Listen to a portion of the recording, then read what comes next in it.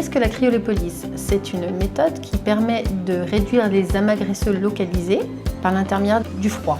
Donc on va aspirer le bourrelet graisseux à l'aide de la pièce à main et on va délivrer une énergie froide qui va geler, entre autres, qui va geler les adipocytes qui vont donc mourir et ils vont être éliminés mais progressivement, en 1 à 3 mois. Donc j'ai choisi cette technique parce que c'est un processus qui permet d'éliminer ces amas graisseux de façon efficace et en toute sécurité. Et en fait, il y a une forte demande pour ces techniques. Et cette technique est simple, sûre, efficace, sans indisponibilité, sans chirurgie. C'est une très bonne technique. Alors, comment ça se passe quand je reçois un patient pour une séance de cryolipolyse? Je vois d'abord avec le patient quelle est sa demande, si elle correspond à l'indication de la cryolipolyse.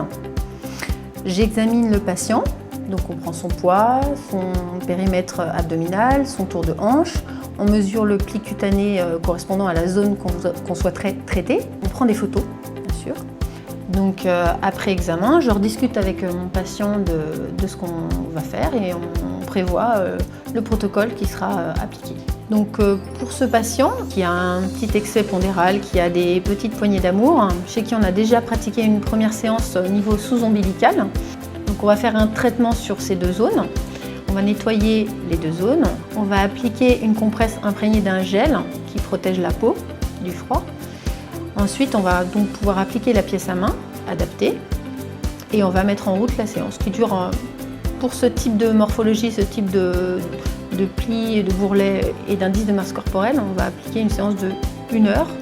À la fin de la séance de cryolipolyse, on va masser la zone qui a été traitée à l'aide d'une crème très hydratante. Le patient repart chez lui, il n'a pas d'éviction sociale, il peut reprendre son activité normale et vivre tout à fait normalement. C'est la deuxième fois que je fais le soin.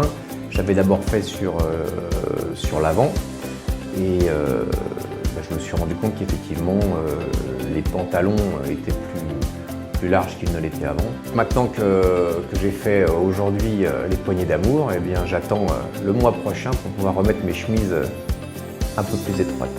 Le patient sera donc revu à 1 mois, 2 mois et 3 mois après la séance. On voit à ce moment-là si une séance supplémentaire est nécessaire. C'est assez surprenant. J'ai lu beaucoup à ce sujet et le médecin m'a beaucoup rassurée. Parce que je ne suis pas quelqu'un qui fait facilement confiance à des nouveautés, surtout quand ça touche à mon corps et à mon outil de travail.